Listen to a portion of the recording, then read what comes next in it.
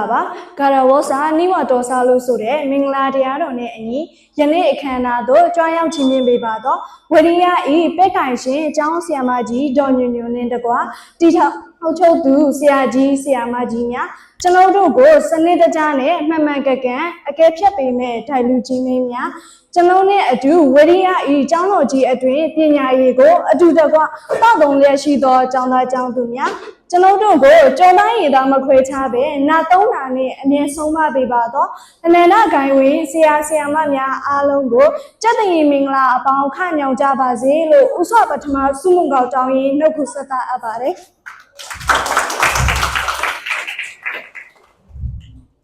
ကျွန်တော်ကတော့အရေးချင်းရှိတဲ့ကျောင်းသားကျောင်းသူတွေလူတော်လူကောင်းတွေနဲ့ဗတ်ဆောင်ထူထူတဲ့သူတွေကိုမွေးထုတ်ပေးနေတဲ့ဝရိယကိုပိုင်လေတန်းကျောင်းနဝမတန်းမှာပညာသင်ကြားနေတဲ့ဇာတိထက်တွေဖတ်အမြင်မှာမြေယုံတင်ရင်ခုံစရာကောင်းတဲ့ဝရိယရှိသူတွေမနုတိရာလင်းပဲဖြစ်ပါတယ်ကျွန်တော်ဒီကနေ့ပြောကြားသွားရမယ်အကြောင်းအရာလေးကတော့ကျွန်တော်က IT ပညာရှင်တယောက်ဖြစ်ခဲ့လေဆိုတဲ့ခေါင်းစဉ်လေးပဲဖြစ်ပါတယ်။ကဲပရိသတ်ကြီးတို့ဒီကနေ့21ရာစုမှာ IT ဆိုတဲ့စကားလုံးကိုမကြားဘူးတဲ့သူမရှိတော့ဘူးလို့ထင်ပါတယ်။ဟုတ်ပါသလားပရိသတ်ကြီးတို့ဟုတ်ပါတယ်။အဲ့ဒါဆိုရင်ပရိသတ်ကြီးတို့ကဒီ IT ဆိုတဲ့စကားလုံးကဘာကိုရည်ညွှန်းလဲဆိုတာကိုသိကြပါသလားသိပါပါတယ်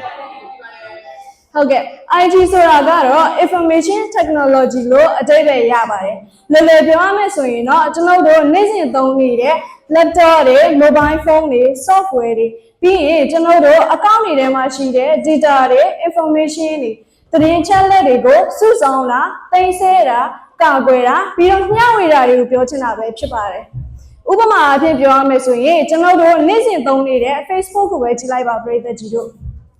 လူကြီးမင်းတို့ရဲ့ account တွေကိုတခြားသူတယောက်က login ဝင်မယ်ဆိုလို့ရှိရင် password လူကြီးမင်းတို့သတ်မှတ်ထားတဲ့ password ကိုမှန်မှန်ကန်ကန်ဖြည့်သွင်းပြီးမှဝင်လို့ရမှာဖြစ်ပါတယ်။ဒါဟာဘာဖြစ်လို့လဲဆိုရင်လူကြီးမင်းတို့ account ထဲမှာရှိတဲ့ information တွေကိုတခြားလူတွေမရအောင်လို့ကာကွယ်ထားတာဖြစ်ပါတယ်။ဒီလိုကာကွယ်ထားတဲ့နည်းပညာဟာဆိုလို့ရှိရင် cyber security လို့ခေါ်ပါတယ်။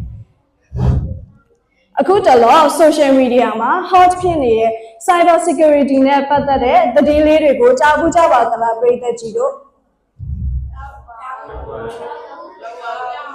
ဟုတ်ကဲ့ဒါကတခြားဟာတွေမဟုတ်ပါဘူး KB ကနေပြီးတော့ပတ်စံတွေလိမ်လဲတာပြီးတော့ရင်ကျွန်တော်တို့ Telegram account တွေ hack ခံရတာတွေပဲဖြစ်ပါတယ်ဒါတွေဟာဘာကြောင့်ဖြစ်ရတာလဲဆိုရင် cyber security အားနည်းတဲ့အတွက်ကြောင့်ဖြစ်ပါတယ်ကျွန်တော်တို့မှာအုပ်စုနှစ်စုရှိတယ်ဆိုပါစို့တစ်စုကလိမ်တဲ့အုပ်စုရဲ့တစ်ဖက်ကလိမ်လဲခံရတဲ့အုပ်စုရဲ့တစ်ဖက်ကနီးပညာတိုးတက်နေပြီးတော့နောက်တစ်ဖက်ကသာနီးပညာအားနည်းနေမယ်ဆိုရင်ဘယ်ဘက်ကအားသာနေမယ်လို့ထင်ပါတယ်ပရိသတ်ကြီးတို့ဟုတ်ပါတယ်ဒီလိုမျိုးနီးပညာတိုးတက်တဲ့အဖွဲ့ကတော့သိကြပေါင်းအားသာနေမှာပါအဲ့လိုမျိုးလိမ်တဲ့အဖွဲ့ကသာလိမ်ခံရတဲ့အဖွဲ့ထက်နီးပညာတွေတိုးတက်နေမယ်ဆိုရင်တော့ဒီလို KB ကနေပြီးတော့ပတ်စံတွေလိမ်တာတွေအကောက်ဟက်ခံရတာတွေကဆက်ဖြစ်နေမှာပဲဖြစ်ပါတယ်လူကြီးမင်းတို့ကဒီလိုမျိုးသူများလိမ်လေတာတွေကိုခံကြပါသလားဒါမှမဟုတ်ရင်ကျွန်တော်တို့ရဲ့နီးပညာကိုပို့ပြီးတော့အစင်မြင့်အောင်လုပ်ကြမလားဟုတ်ကျွန်တော်က IT ပညာရှင်တယောက်ဖြစ်ခဲ့မယ်ဆိုရင်ဒီလိုမျိုးဖုန်းတွေကနေတစ်စင်လိမ်လည်ခံရတာတွေမဖြစ်ရအောင်ပို့ပြီးတော့လုံခြုံစိတ်ချရတဲ့ cyber security ကိုတည်ဆောက်သွားမှာဖြစ်ပါတယ်ဒါဆိုရင်ဒီလိုနီးပညာတွေတိုးတက်လာတာဟာကောင်းလားမကောင်းဘူးလားဘယ်လိုထင်ပါသလဲပရိသတ်ကြီးတို့ကောင်းပါတယ်ဟုတ်ကဲ့ဒီလိုနီးပညာတွေတိုးတက်လာတာရဲ့ကောင်းတဲ့အချက်တွေကအများကြီးရှိပါတယ်ဥပမာအားဖြင့်ဆိုရင်ကျွန်တော်တို့နီးပညာတိုးတက်လာတာနဲ့အမျှကျောင်းတွေဆေးရုံတွေစီးပွားရေးလုပ်ငန်းတွေပြီးရင်ဘဏ်တွေမှာဆိုရင်အလုံးလုံးရတာကပို့ပြီးတော့လွယ်ကူလာပါတယ်နှိမ့်မြန်လာပါတယ်ပရိသတ်ကြီးတို့ဥပမာအားဖြင့်ဘဏ်တွေမှာဆိုဘဏ်တွေမှာပတ်စံရည်တယ်ပဲထားပါတော့အရင်ကဆိုရင်ပတ်စံရည်ဘယ်လိုရည်ကြပါသလဲပရိသတ်ကြီးတို့ဟုတ်ပါတယ်လက်နဲ့တစ်ရွက်နှစ်ရွက်သုံးရွက်ဆိုပြီးတော့အချိန်ကုန်ခံပြီးရည်ကြရပါတယ်အခုဆိုရင်တော့အဲ့လိုရည်စရာမလိုတော့ပါဘူးပ ပတ်စံလေးကိုကိုင်တယ်ပတ်စံရည်တဲ့ဆက်နာလေးကိုသွားတယ်တရေပင်လေးကိုဖြီပြီးတော့ပတ်စံကိုထဲလိုက်ရုံပါပဲတမီးလေးတော့မကြပါဘူးပြိတ္တကြီးတို့ခဏလောက်နေရင်စက်ပုံမှာပတ်စံအည်အတွက်ဘလောက်ပါဆိုတဲ့ကဏ္ဍလေးကပေါ်နေမှာဖြစ်ပါတယ်ကျွန်တော်တို့ကအဲ့ဒီကဏ္ဍလေးကိုကြည့်ပြီးတော့ပတ်စံဘလောက်ရှိတယ်ပြည့်လားမပြည့်ဘူးလားဆိုတာကိုချက်ချင်းသိနိုင်ပါတယ်ဒါဟာနိပညာတိုးတက်လာတာရဲ့ကောင်းတဲ့အချက်တစ်ခုဖြစ်ပါတယ်ပြိတ္တကြီးတို့နောက်ဥပမာတစ်ခုပေးရမယ်ဆိုရင်ကျွန်တော်တို့နေမကောင်းလို့ကြောင်းခွင့်တိုင်မယ်ဆိုပါတော့အရင်ကခွင့်တိုင်ရေးဘယ်လိုတိုင်ကြပါသလဲပြိတ္တကြီးတို့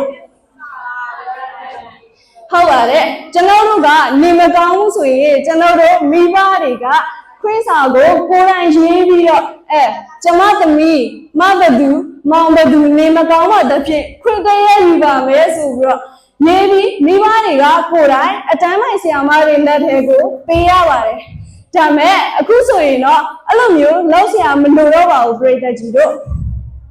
မနက်မိုးလင်းလာတယ်ကြောင်းသွားတော့မယ်အဖျားလေးရတယ်တက်ချင်တယ်စိတ်ထဲမှာပထမဆုံးပေါ်လာမိတာကဘာပါလဲ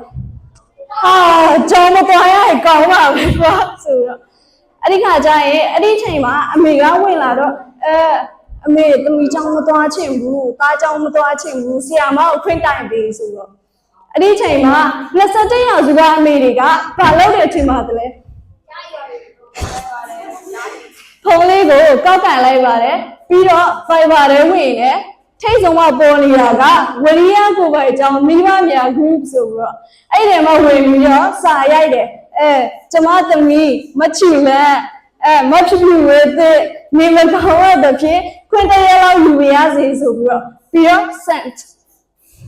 ပြီးတော့ဒီလိုကြီးတို့ဒါဟာဆိုလို့ရှိရင်ဤပညာတွေတိုးတက်လာတာရဲ့ကောင်းတဲ့အချက်တွေဖြစ်ပါတယ်အချိန်ကုန်ခံစရာမလိုတော့ပဲနဲ့ခဏလေးအတွင်းမှာပဲကိစ္စအားလုံးကိုပြပြအောင်လုပ်ဆောင်နိုင်တာပဲဖြစ်ပါတယ်ဒါဆိုရင်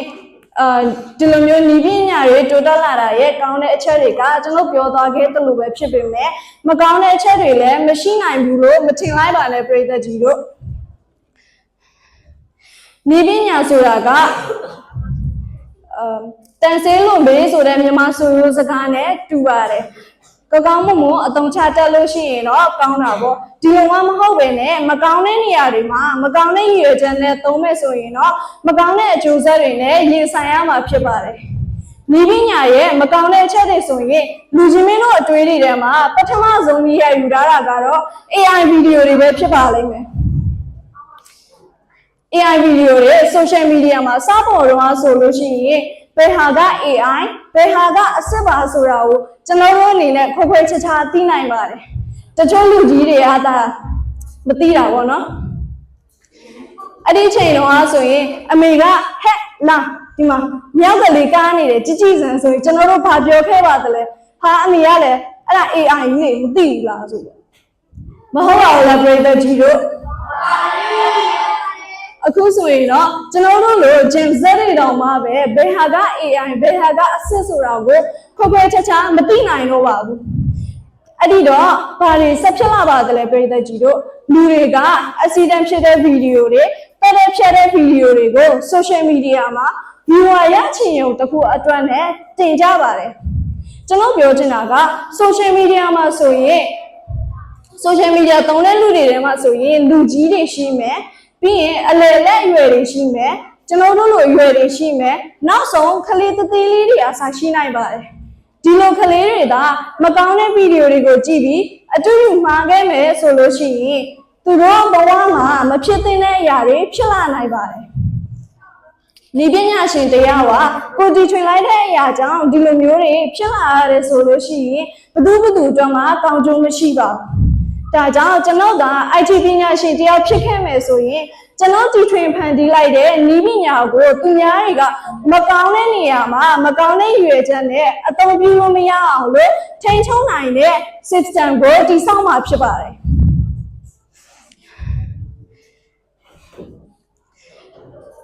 ဒါဆိုရင်ဤပညာရှင်တယောက်ရဲ့အလုပ်တွေကဘာတွေပါလဲသူတို့ဟာကျွန်တော်တို့လူသားမျိုးနဲ့ကျွန်တော်တို့ကဘာမြေကြီးအတွက်အသုံးဝင်မဲ့ကောင်းမွန်မဲ့အရာတွေကိုဖန်တီးရတာဖြစ်ပါတယ် ကျွန်တော်က IT ပညာရှင်တယောက်ဖြစ်ခဲ့မယ်ဆိုရင်ကျွန်တော်တို့ကဘာကြီးကျွန်တော်တို့နိုင်ငံအတွက်ကောင်းမွန်တဲ့အရာတွေအသုံးဝင်မဲ့အရာတွေကိုပဲကောင်းတဲ့နေရာတွေမှာဖန်တီးသွားပေးမှာပဲဖြစ်ပါတယ်ဥပမာအားဖြင့်ဆိုရင်ကျွန်တော်က IT ပညာရှင်တယောက်ဖြစ်ခဲ့မယ်ဆိုရင်ကျွန်တော်ပထမဆုံးဖန်တီးပေးခြင်းတဲ့အရာကတော့ဘိုးဘွားမိဘတွေအမေအဖေတွေကိုသူနာပြုတယောက်ပါမှာဆရာဝန်တယောက်ပါမှာတာသမီအရင်တယောက်လိုမျိုးစောက်ရှောက်နိုင်တဲ့စက်ရုပ်တွေပဲဖြစ်ပါတယ်အခုဆိုရင်ကျွန်တော်တို့နိုင်ငံကလူတွေဟာတခြားနိုင်ငံတွေကိုသွားပြီးအဲ့ဒါမှမဟုတ်ရင်ကျွန်တော်တို့မြို့တွေထဲမှာပဲနည်းနည်းအချက်ချကြတဲ့မြို့ကြီးပြကြီးတွေကိုသွားပြီးတော့အလုပ်လုပ်ကြရပါတယ်ဒါဆိုရင်အိမ်မှာကြံခဲ့တဲ့အမေအဖေတွေအဖိုးအဖွားတွေဟာသူတို့ကိုစောင့်ရှောက်မဲ့လူမရှိတဲ့အတွက်ကြောင့်သူတို့အချင်းချင်းပဲကိုကြီးဖိမပြီးတော့စောင့်ရှောက်ရင်ရုန်းကန်နေကြရပါတယ်ဒီလိုမျိုးတွေမဖြစ်ရအောင်လို့ကျွန်တော်ဟာသူတို့ကိုတာသမီအရင်တယောက်လူတယောက်လိုမျိုးစောင့်ရှောက်နိုင်တဲ့ကျမ်းမာရေးစရုပ်တွေကိုတည်ထွင်သွားချင်ပါတယ်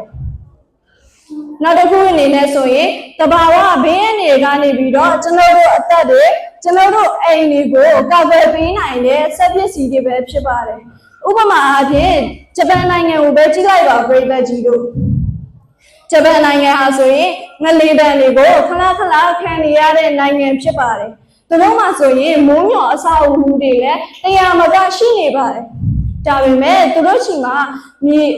တိုက်ကြီးတွေပြိုတယ်ဆိုတာဟာမကြဘူးသလားကိုရှားပါတယ်ဒါဟာဘာဖြစ်လို့လဲဆိုရင်သူတို့တိုက်ကြီးတွေရဲ့အောက်ခြေဖောင်ဒေးရှင်းမှာငလေတံကနေကာကွယ်နိုင်တဲ့စက်ပစ္စည်းကိရိယာတွေကိုတက်ဆင်ထားတာဖြစ်ပါတယ်ကျွန်တော်က IT ပညာရှင်တယောက်ဖြစ်ခဲ့မယ်ဆိုရင်ကျွန်တော်ရဲ့အမိမြေမြန်မာနိုင်ငံကိုကာကွယ်ဖို့အတွက်ဒီလိုမျိုးတဘာဝဘေးရန်တွေကနေကာကွယ်နိုင်တဲ့စက်ပစ္စည်းကိရိယာတွေကိုတီထွင်ဖန်တီးပြီးတက်ဆင်သွားမှာဖြစ်ပါတယ်။ကောပြောရရင်ကျွန်တော်တို့မြန်မာနိုင်ငံကနေဟိုးပလူတိုဂျိုကြီးခရီးသွားနိုင်တဲ့ဂျိုတုမျိုးတွေကိုလည်းကျွန်တော်ကဖန်တီးသွားချင်ပါတယ်။အကယ်၍ကျွန်တော်ကဒီလိုမျိုးတွေဖန်တီးခွင့်မရခဲ့ဘူးဆိုရင်တော့ကျွန်တော်ရဲ့ IT နည်းပညာနဲ့ပတ်သက်တဲ့အတွေ့အခေါ်တွေဘဝတုတ္တတွေအသိပညာတွေကိုတခြားလူတွေရရှိအောင်ညီမလေးတွေပရိသတ်ကြီးတို့ရရှိအောင်လို့ဟောပြောပွဲတွေပြုလုပ်သွားမှာဖြစ်ပါတယ်။နောက်ဆုံးအနေနဲ့ကျွန်တော်တို့တွေကတရားရောက်တာ IT ပညာရှင်ကြီးတယောက်ဖြစ်ကားမယ်ဆိုလို့ရှိရင်ကျွန်တော်တို့ကမ္ဘာမြေကြီးကိုအစိမ့်သိစင်တဲ့အရာတွေမကောင်းတဲ့အရာတွေကိုရှောင်ရှားပြီးကျွန်တော်တို့လူမျိုးကျွန်တော်တို့နိုင်ငံကျွန်တော်တို့ရဲ့တာယာလှပတဲ့ကမ္ဘာမြေကြီးကိုကာကွယ်ဖို့ဤပညာကိုကောင်းမှုကောင်းတဲ့နေရာတွေမှာအသုံးချကြပါလို့ပြောကြရင်းနဲ့နှိကုံကြော်အပ်ပါတယ်။နားကျင်ပေးကြတဲ့တယောက်ချင်းစီကိုကျေးဇူးအထူးတင်ရှိပါတယ်။